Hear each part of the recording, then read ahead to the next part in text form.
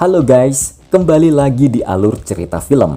Kali ini film yang akan dibahas adalah Wu Gengji Season 4. Buat kalian yang belum tahu, Wu Gengji adalah anime yang mengisahkan tentang dinasti Shang dan segala konflik yang terjadi di antara kelompok prajurit di masa itu. Konflik tersebut mengaitkan antara urusan manusia dengan para dewa, sehingga menyebabkan pertempuran yang hebat. Karena ini sudah masuk ke season 4, kalian wajib banget nonton season 1 sampai 3-nya juga guys. Oke, sekarang kita langsung masuk ke pembahasannya ya guys. Filmnya dirangkum dari episode 3 dan 4 sekaligus nih. Selamat menyaksikan.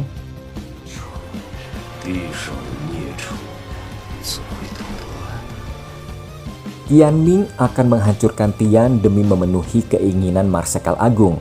Tapi yang terjadi justru sebaliknya. Tianming kembali menelan kekalahan. Kekuatan Tian benar-benar di luar akal sehat. Bai Long ingin menjadi wakil Hai Long dan ras dewa untuk merekonsiliasi hubungan mereka secara besar-besaran. Usaha Bai Long gagal karena kebencian Tianming sudah mendarah daging. Tian ingin balik menyerang Tianming agar masalah segera selesai, tapi Bai Long mencegahnya. Tian berkata bahwa sisa umur Bai Long tidak lama lagi, sehingga dia tidak perlu repot-repot memikirkan masalah sepele seperti ini. Justru karena alasan inilah Bai Long ingin mendamaikan Tianming dengan ras dewa. Dia berkata bahwa meskipun mereka dewa, tapi ada satu hal yang tidak bisa mereka kendalikan, yaitu nasib. Bagi Tian, rekonsiliasi besar-besaran ala Bai Long tidak ada gunanya. Karena hampir setiap tahun dia melakukan pembunuhan. Tian sudah berjuang selama 100.000 tahun. Selama itu juga dia melakukan pembunuhan. Bahkan di sisa akhir hidup Bai Long, Tian pun akan menusuknya dengan pisau yang sangat tajam. Sama seperti dewa di gunung dan di laut, lavanya akan meletus lagi. Teman atau musuh akan tetap mati. Tian dengan percaya diri akan dapat mempertahankan nasibnya selama 100.000 tahun lagi. Bai Long berkata, walaupun kau Tian, pasti ada sesuatu di dalam dirimu yang baik. Dia memohon agar Tian tidak lagi membunuh orang yang tidak bersalah. Akhirnya Tian pun luluh pada Bai Long. Dia tidak akan membunuh orang lagi. Muncul seorang laki-laki mencari Paman Ziu. Dia berniat pergi ke Gunung Kristal untuk membantu Tianming yang sedang melawan Tian. Namanya Ah Gao, adik dari Marsekal Agung yang tak lain adalah istrinya ingin ikut bersamanya ke Gunung Kristal, tapi dia menolaknya karena Gunung Kristal merupakan tempat paling berbahaya di domain dewa. Namun, istrinya tetap memaksa. Dia ingin terus berjuang demi sang kakak dan juga membantu sang suami melawan Tian. Jika mereka bersatu, mereka pasti akan bisa melawan Tian. Rencana Wu Geng menuju Gunung Kristal diketahui oleh para seniornya. Mereka pun berinisiatif menyusul Wu Geng ke Gunung Kristal. Tekad mereka sudah bulat untuk terus melawan domain dewa.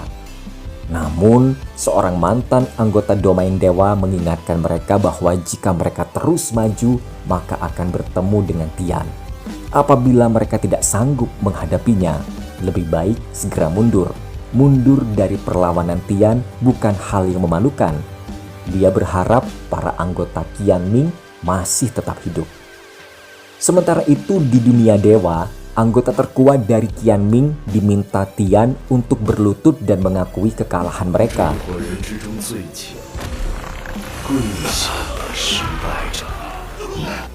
Mereka segera menyerah pada yang kuat atau mati. Akhirnya, dia pun meminta kepada seluruh prajurit Tianming untuk berlutut pada Tian dan mengakui kekalahan mereka agar nyawa mereka bisa diselamatkan. Namun, ternyata itu hanya bulusnya saja. Dia segera menyerang Tian secara bertubi-tubi.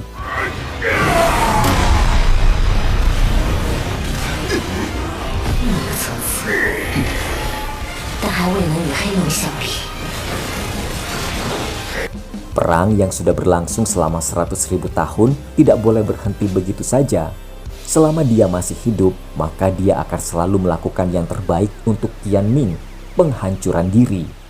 Daripada takut mati, mereka lebih takut kehilangan keberanian melawan kegelapan. Apabila bertarung, mereka mungkin akan mati, tapi semangat juang Qianming akan hidup selama-lamanya. Pertarungan pun semakin sengit. Qianming terus meningkatkan kekuatannya hingga level tertinggi. Hailong terluka. Mereka pun terus menyerangnya tanpa ampun. Bailong melihat kekuatan Qianming sangat luar biasa, tapi ternyata mereka belum mampu menghancurkan Hailong. Sementara Hailong rupanya cukup memuji kekuatan mereka. Dia teringat pertempuran 100.000 tahun yang lalu, kekuatan yang sangat menakjubkan. Hailong balik menyerang, tapi Qianming belum menyerah. Mereka pun kembali meluncurkan serangan balik untuk Hailong. Namun, hal itu tidak berhasil. Akankah Qiong Xiongji mati di tangan Hailong? Tian meminta Qianming tidak melawannya satu persatu melainkan maju sekaligus. Dalam keadaan yang sekarat, Qiong Xiongji masih berusaha bangkit. Dia tidak menyangka bahwa di sisa hidupnya dia akan meminta pertolongan pendekar pedang. Dia memohon agar pendekar pedang bisa melawan Tian dengan menggunakan pedangnya dan menambahkan jiwa untuk Qiong Xiongji. Pendekar pedang menolaknya dan ingin bertarung melawan Tian dengan caranya sendiri. Qiong Xiongji terus membujuknya dengan hadiah agar Qiannya bisa bereinkarnasi melalui cara tadi. Transfer jiwa pun dilakukan. Semua orang yang ada di sana terkejut. Mereka pikir manusia biasa tidak bisa melakukan hal itu. Sementara itu, Tian menganggap kekuatan super yang dimiliki oleh manusia merupakan pemberiannya. Dulu dia memberikannya pada Marsekal Agung sebelum dia membunuhnya. Pendekar pedang ternyata adalah adik dari Marsekal Agung. Pendekar pedang menaruh dendam pada Tian atas kematian sang kakak. Dia pun mulai melancarkan serangan karena menganggap dirinya sebagai manusia mampu melakukan apapun sendiri tanpa bantuan dewa. Dia ingin umat manusia diberi kebebasan dan tidak lagi bergantung dengan ras dewa. Tian memintanya membuktikan bahwa manusia pantas hidup sendiri tanpa bantuan dewa. Pertarungan antara keduanya pun dimulai.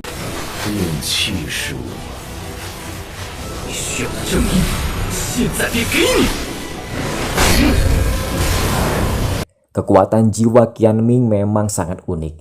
Pendekar pedang bisa melayang di udara hanya dengan satu lompatan. Dia mulai menyerang Tian dengan teknik Ki Pedang Meteor. Tian menganggap keterampilan manusia tidak terlalu buruk, tapi tetap tidak mampu menandingi kemampuannya. Pendekar pedang terus melakukan pembuktian bahwa manusia mampu hidup tanpa dewa. Di tempat lain, Ah Gao dan istrinya melihat jurus Ki Pedang dimainkan. Tanpa melihatnya, Ah Gao sudah bisa menebak bahwa itu adalah Paman Ziyu yang sedang melawan Tian. Ah Gao meminta Gou Diao untuk bergerak lebih cepat lagi karena tidak lagi membiarkan pamannya Ziyu melawan Tian sendirian.